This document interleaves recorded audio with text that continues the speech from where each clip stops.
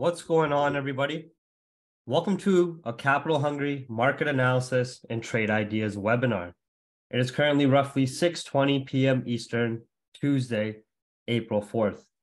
Before we jump into the market analysis, we just want to do a little bit of fundamental review. What I'm going to be discussing right now isn't anything new. It's something that's, of course, been discussed in the various educational webinars, past market update webinars, and so forth. But it's always good to do a broad summary and review and bring everything together so everyone understands what's going on.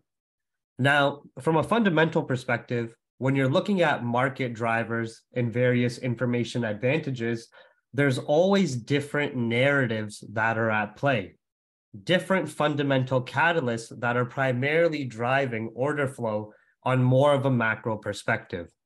In the example over the last few years, we can see that, of course, during the 2020 start of the pandemic, the initial fear of the pandemic and lockdowns was what's holding the most weight in the primary information advantage before the central banks jumped in and started to stimulate and pump up the markets.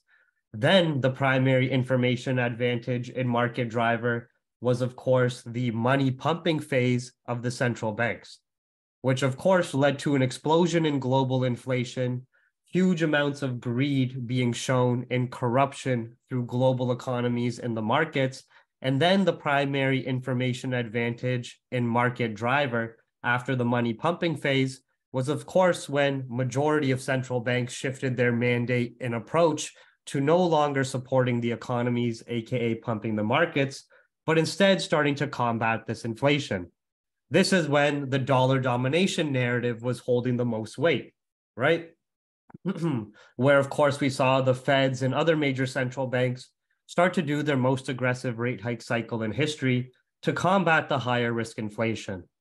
Now, as years have passed and we started to obviously see the most aggressive rate hike cycle in history work its way through the economy and markets, we're starting to see this very unique economic environment expose the cracks within the economies as well as within the financial markets.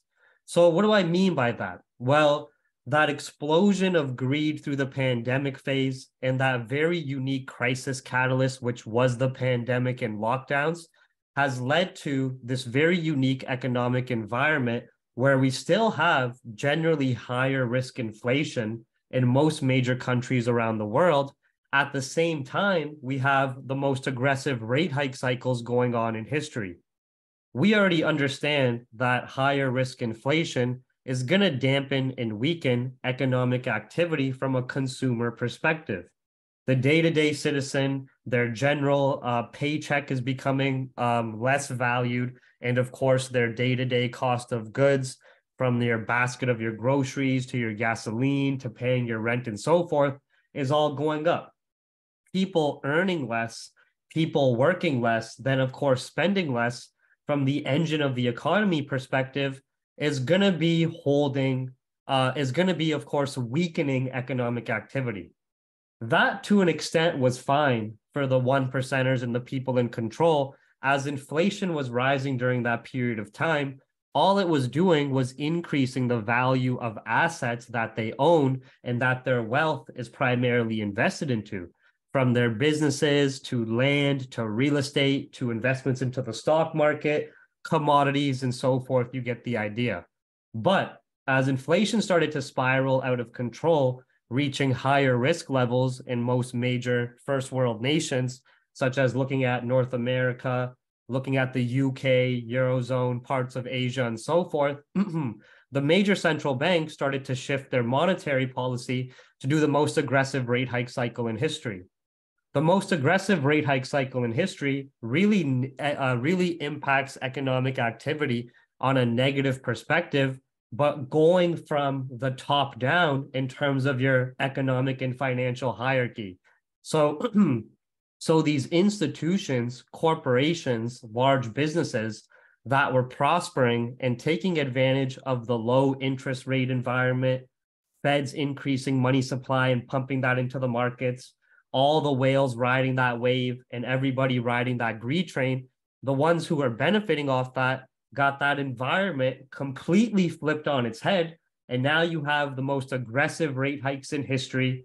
You have the Feds no longer pumping the markets and providing that support for the economy and markets. Instead, they're starting to tighten financial conditions. And you have majority of the smart whales and institutions who are following the Fed. They're cashing out and they're using all of these smaller institutions as, of course, their exit liquidity and starting to condense and consolidate power within the financial markets. So we're seeing that as we've seen a lot of recent banking collapses that are directly a result of a higher interest rate environment and basically these institutions having bad bets going against the Feds and other major central banks' aggressive rate hike cycles, right? Now, we can easily understand that, yes, that a high interest rate environment is going to lead to some banking sector fails. Institutions and potentially corporations and so forth will be less profitable. But where do they start to, of course, cut their costs and start to still make sure they're profiting from an internal standpoint? Well, you start to see the labor market get impacted. You start to see more layoffs, more job cuts, more people getting fired, condensing of departments in the tech sector or in the real estate or in automotive industry or whatever it may be, right? So the environment we're seeing of high risk inflation still, with inflation still being relatively high, 5% plus, and also seeing this most aggressive rate hike cycle in history, is really starting to impact the economy and increase recession scares. So just a quick summary there. Catalyst feeding into recession scares, which this recession scare narrative is starting to hold a lot more weight right now. That's why we're seeing very unique impact on market sentiment that's different compared to the dollar domination narrative, and that's different compared to the money pumping narrative and that phase we saw during the 2020 period. Now, whenever you have deeper recession scares holding more weight, investors more on edge as the economies are starting to decay, as economic data is declining and highlighting that, as the institutions are starting to collapse and so forth, as geopolitical tensions are rising, you're seeing less demand in the risk assets and more demand in your safe haven currencies and safe haven assets, right? This is why we're seeing, because the recession scares in this example of US data is of course going to be impacting the US dollar. At the same time, we're seeing US dollar bearish. We're still seeing yen holding some strength. And of course, gold turning a lot more bullish as the most appealing safe haven asset class for investors, smart money to move their liquidity to of course, hedge against current market risks. So remember that last higher time frame webinar where we were talking about what will we need for gold to break above the 2000s and start to trade above there? We were looking at very key obvious points, such as any more new military escalations or further banking fallouts and fails and so forth. But what we also discussed was continued weakening economic data, feeding into the recession scare narrative. And to start out this new month, we've had that so far. Now, we've already been having declining US economic data over the last month or two when you're looking at retail activity, PMI activity, labor market finally starting to soften a little bit and so forth, as we saw unemployment rate rise, the last report, and just some few recent brief examples. But to start out this new month and new quarter, stacking onto that, we've already seen declining PMI figures yesterday, right? On what's today? Today's Tuesday, so on the Monday. And today, we saw factory orders worse than expected and being what we classify as a surprise, where it's worse than the forecasted expectations and overall range from pessimism to optimism.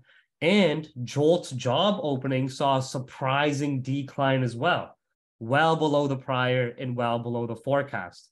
This on top of the banking sector fails just still lingering in impact, and gold still holding above those range lows in the 1950s, gave a lot more probability that if we start to see liquidity pooling into gold from these 1950s areas, as of course we have fundamental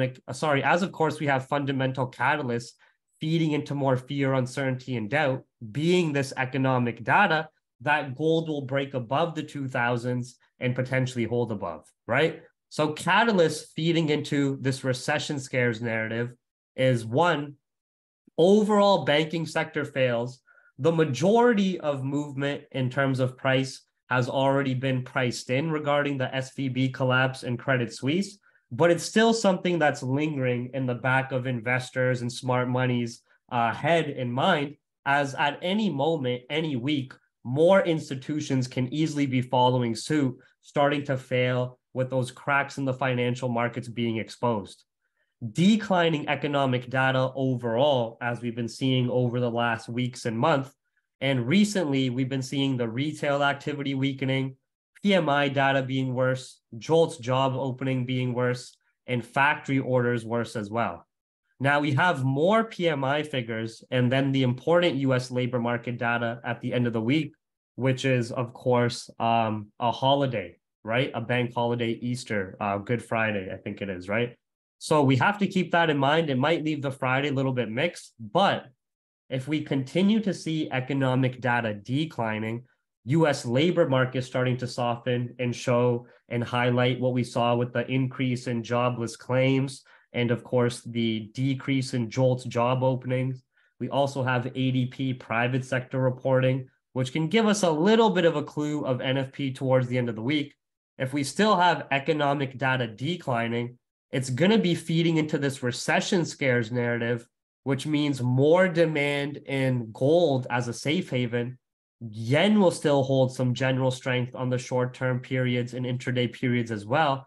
US dollar will be weaker because even though US dollar is a safe haven currency, it's not going to be appealing for investors, smart money, and the whales of the market to be hedging risk and pooling liquidity into the dollar, as it's the US economic data that's declining.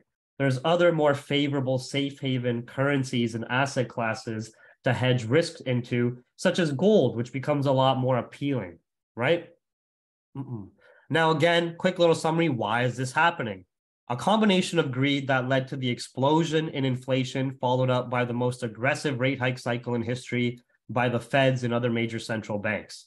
Inflation weakens economic activity from a consumer perspective, while the rate hike cycle weakens economic activity from a more clear, direct, institutional, corporate, and also still consumer perspective trickling down the line.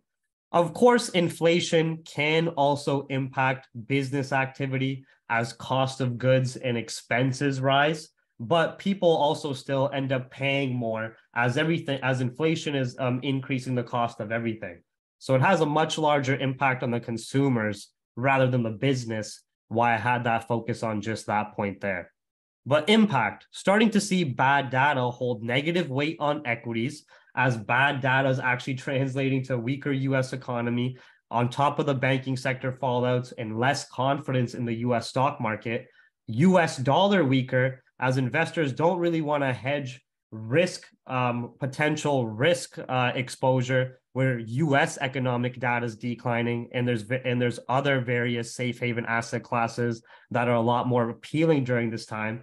So US dollars weaker back to that 101.5, 102 level, and more demand in your safe haven asset classes, whether that is the Japanese yen currency we primarily look at, hence we saw GJ do that large correction, or whether it's something like gold, which we saw explode to 2020, right? So when you're looking at gold here, now we understand that there's potential to dig into those historical high price points we highlighted, especially if we're holding above the 2000s now, and we have to have continued declining economic data to support that. So give or take getting a pullback, what would also support us further rallying to the upside here is continuing declining PMI data through the week, ADP job sector being worse than expected, and of course, NFP and unemployment rate still being worse than expected. But there's still one thing we have to note. Even though we anticipated we could get breaks above 2000 if we have that declining economic data, we still have to be very wary that we want that collection of bad economic data to have us maintaining above 2000. We still can't be ignorant to the fact that anytime we've broken above the 2000 price handle, it's still been relatively short-lived. So an example is we could easily be digging a bit higher, but if at the end of the week, NFP is still optimistic, that would be a catalyst to get a bit of repetition here where you still end up snapping below 2000 and just having that deeper price grab and price setup. Otherwise, for us to maintain movement above the 2000 price handle, dig into these highs, and potentially even trend higher, we need a collection and continuous bad economic data reports, or of course, any new fear, uncertainty, and doubt being brought into the markets, which makes it more appealing for the institutional buyers to be pooling in at these high price points. Right?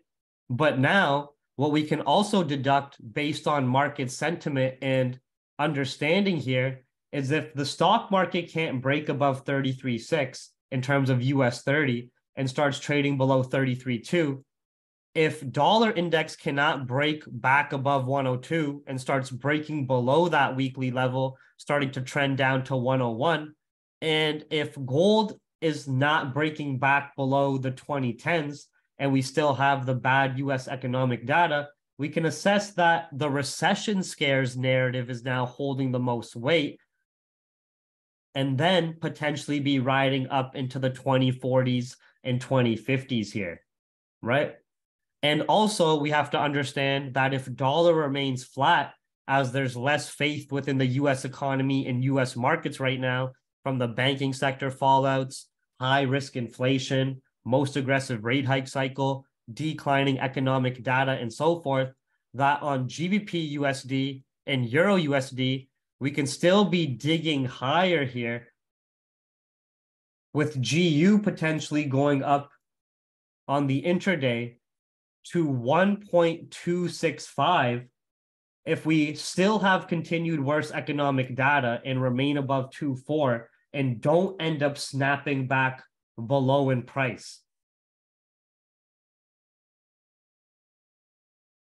If we don't end up snapping back below in price, don't assess this as just a fake out, as we have to understand there's a fundamental catalyst and reason for this, being the declining US economic data and so forth, right? Then there's higher probability, give or take a pullback. We're going to be having that next intraday leg up to this 265 handle here, which is still a pretty large run to take advantage of, right? EURUSD also potentially going up into 1.1, but potentially into this price handle around 1.11, as long as we're now holding above 1.09 handle and still have dollar holding below 102, declining US economic data and so forth, and the recession scare narrative of the US economy holding the most weight, right?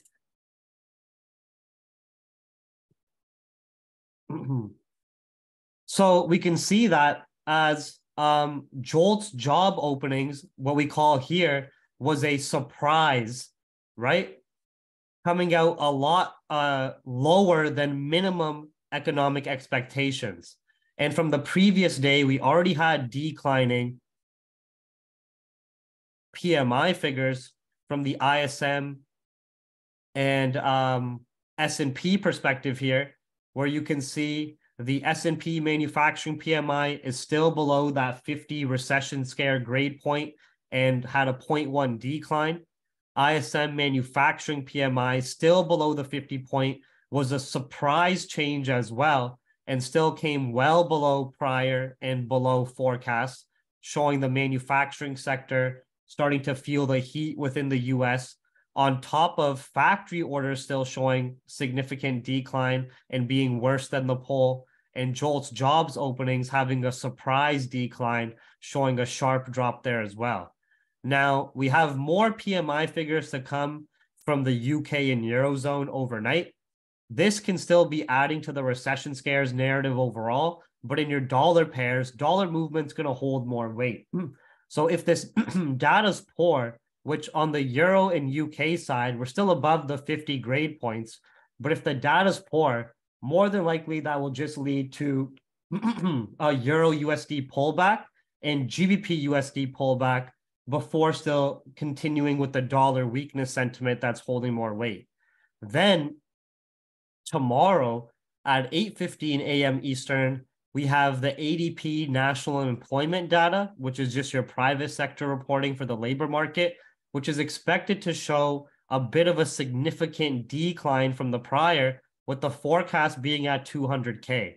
We're seeing jobless claims starting to increase. We saw unemployment rate have a rise on the last report. We're seeing JOLTS job opening showing a significant drop. We're seeing with the recent data reports, the cracks in the economy and of course in the financial markets being exposed by the high inflation environment and the high interest rate environment as well. So if this data comes out worse than expected, more reason for gold upside, dollar weakness. And then also in focus is 9:45 and 10 a.m. with your composite and services S&P PMI figures, and then your ISM non-manufacturing.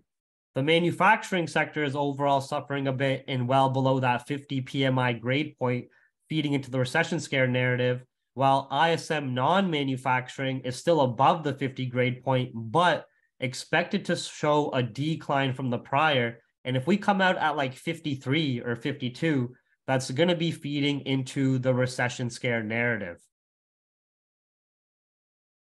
Other than that, we don't really have much going on from a Fed speaker perspective or really anything from that, from a central banker perspective going on. And then just other economic data you have to focus on is some of our PMI figures for Japan through the Asian session. And then overnight, the Eurozone UK PMI figures, some industrial orders and consumer goods reporting from Germany, still expected to be relatively weak and poor. And then the US economic data we're discussing.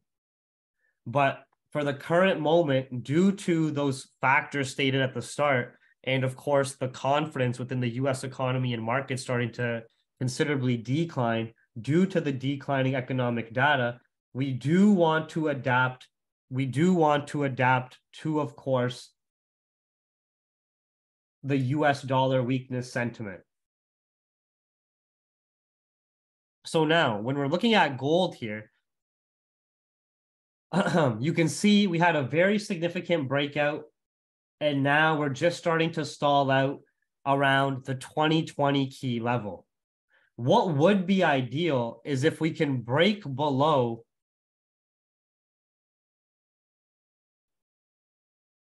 these candle bodies here on the intraday.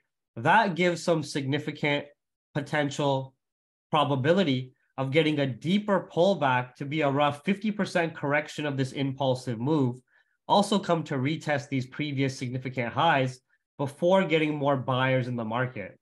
Otherwise, if the secondary phase of market structure here is just an accumulation zone and we end up breaking out above the key levels here, we're just going to be looking for some of these continuation buys on gold. The only way I can see gold canceling out these upside moves or dollar bouncing back above 102 is with very optimistic US data tomorrow, with the ADP private sector labor market reporting, and of course with your PMI figures, your non-manufacturing PMI and so forth. That would pretty much be canceling out the impact of the bad data reports we've seen so far. Otherwise, if the data is just more neutral, not really seeing much change, it's just going to lead to pullbacks, but still holding the recession scare sentiment. And if the data is just poor, we're just going to be having continuations of the gold buys, give or take these pullbacks. So we can see a few things understanding order flow here.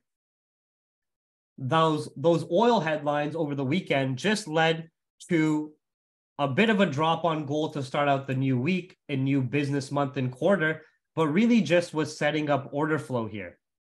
Then, of course, we failed to break those range lows, started to come back above the range where we were calling the buys above the 70s and 1980s. We had this accumulation of order flow here after a very strong sequence of bullish events with larger bullish candles, minor bearish pullback, and then here, accumulation of buy-side liquidity with the catalyst for breakout being the bad economic data, right? We're starting to create more refined bullish market structure, you can see here, with potential pullbacks would be ideal to retest into the 2005 or 2010 price handles before continuing more bullish.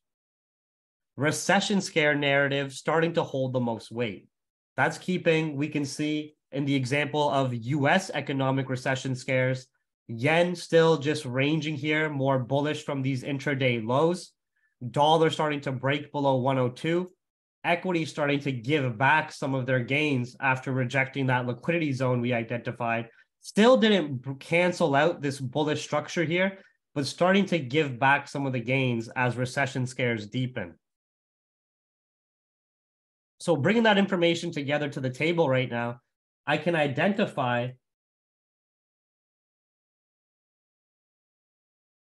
that if we break below the 2020 key level here, and pretty much below these candle bodies at around 2018, that we can see a correction of this impulsive move, retest of more refined bullish market structure being created, and some pullback buys to retest roughly previous highs there, where you could potentially take advantage of that pullback, where you have to understand as gold trends, seeing pullbacks or large corrections is very common. Seeing hundreds of pips of upside and hundreds of pips in corrections while still maintaining structure, whether bullish or bearish, is very common. So I would see pullback sells to retest structure in previous highs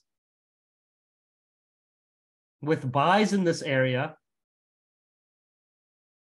Otherwise, if we just start to break above these candle bodies and wicks, roughly at around 2024, or just break above the 2028 key level, just continue the recession scare narrative and gold bullish bias.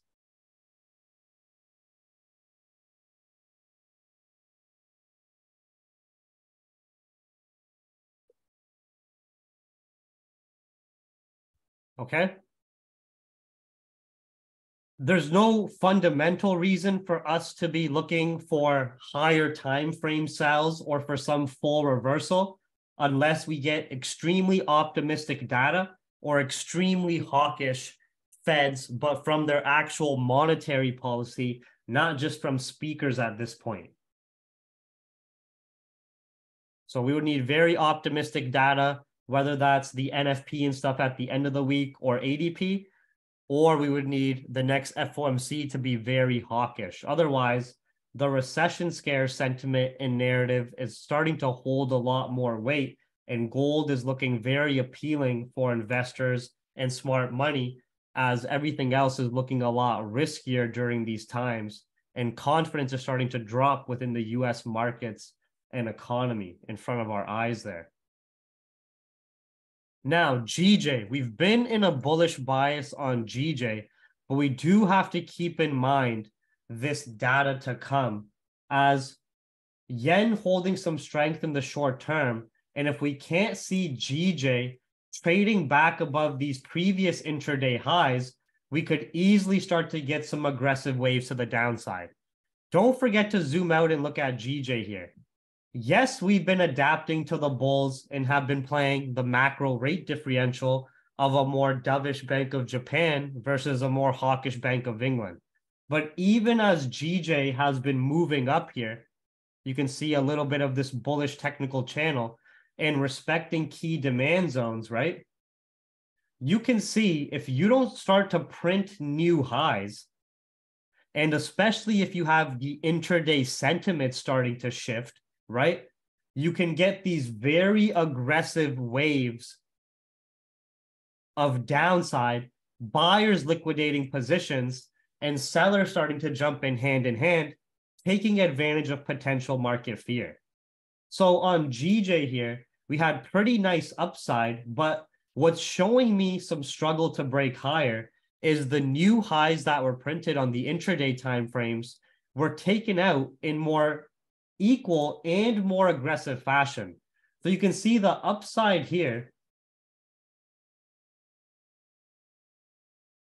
You were creeping up, just buyers starting to pool into the market when we didn't have the bad economic data yet.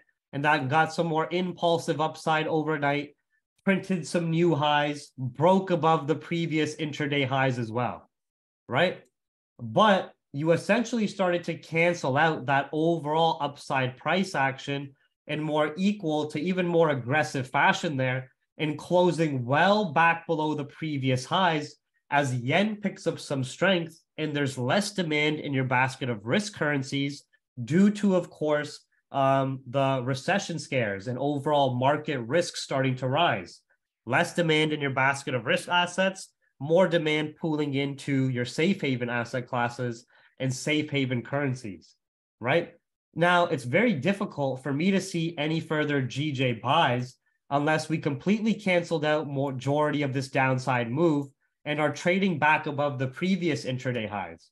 Otherwise, we could easily be seeing a large bearish wave to the downside,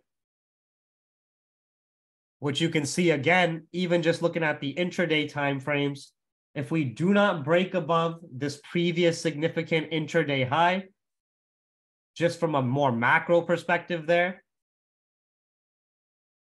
if we understand how GJ has been behaving ever since the start of this new year, has pretty much set up, and the fears and since the SVB collapse and so forth, you can see as you don't break previous highs, or even as you go to print new highs and don't have any fundamental reason to break higher,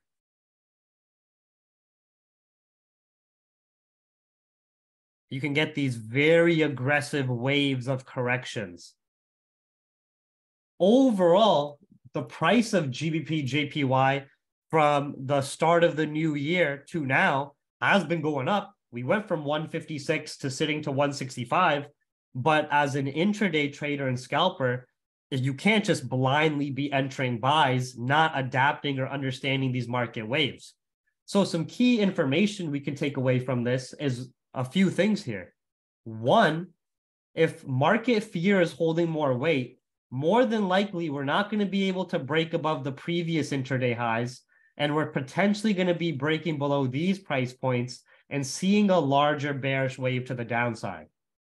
Two, it's very difficult to see any further buys unless you're breaking above there, and especially if you're not trading above 166. Three, if economic data is continuing to decline when we're looking at Eurozone and UK PMI figures overnight, and then the US data, and of course the North American trading session, then of course in the short term, yen strength is going to be holding more weight, and we have less fundamental reasoning to be breaking higher here. So we have to be very vigilant and sharp with our trade ideas here.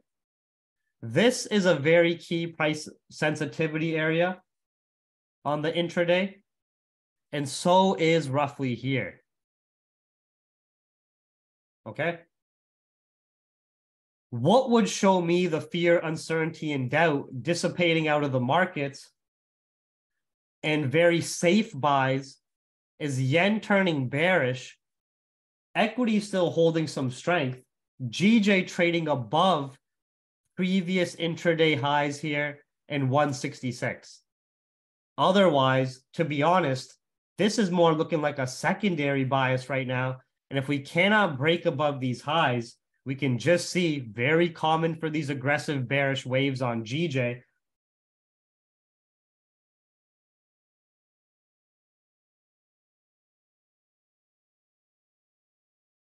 And I'd potentially be looking after the daily makes an upper wick, breaks below 164.2 and 163.8 sells.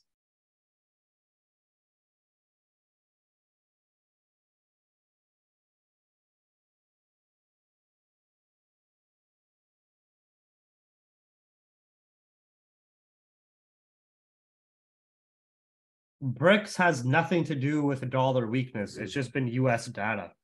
You can literally see the direct impact on the charts at the exact times of data releases. And you could go assess the impact during BRICS headline releases and just check and confirm yourself.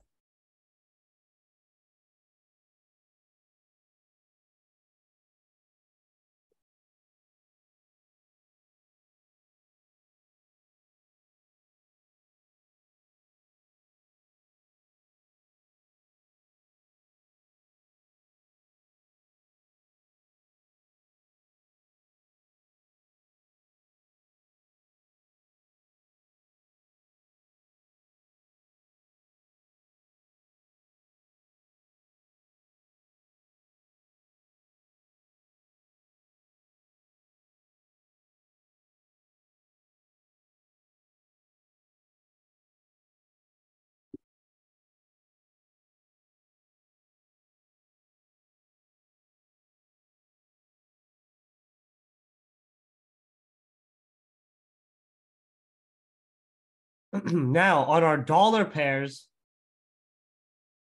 we're seeing potential where we could still be digging higher, depending on economic data here. I would only be jumping back into the sells on our dollar pairs such as GU and EURUSD if Eurozone and UK economic data is poor and US data is optimistic tomorrow and we break back below 2415. Otherwise, pullbacks to these areas and dollar remaining weaker with continued poor economic data, as stated on the higher time frame review there, we can easily be digging up into the 1.26 price points.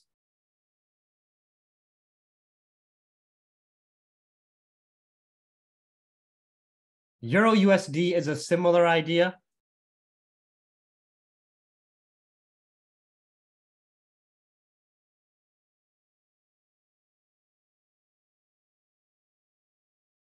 Stronger bullish price action, fundamental confirms for dollar weakness with the bad economic data, feeding into the US recession scares narrative. Still just setting up for the new quarter and deeper pullbacks we assess could go to 1.1 and those previous intraday high price points. Would only see sells at this point below 1.087 or rejections at 1.1. USDCAD, as we had oil have that $10 gap up with surprise production cuts, that obviously brought some more demand into the Canadian dollar. The same time, the US dollar has been more bearish on declining economic data, feeding into the US economic recession scare narrative. Very similar trade ideas where breaks above 348, breaks below 34 from the last market update webinar. I would still just be looking for sells as we identified on the higher time frame here. It's very common from a historical perspective, and when you backtest USDCAD, that you have these large waves in price changes, right?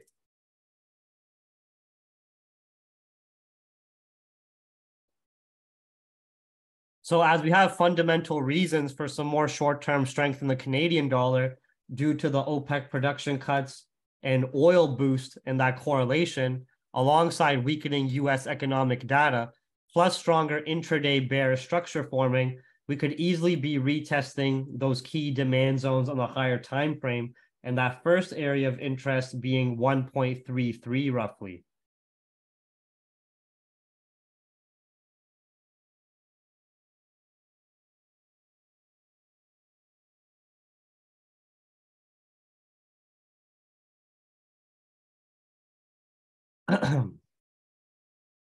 Now, US 30, I've just seen this upside play as a pullback, as the fear, uncertainty, and doubt regarding the SVB collapse, Credit Suisse issue, and so forth has been priced in.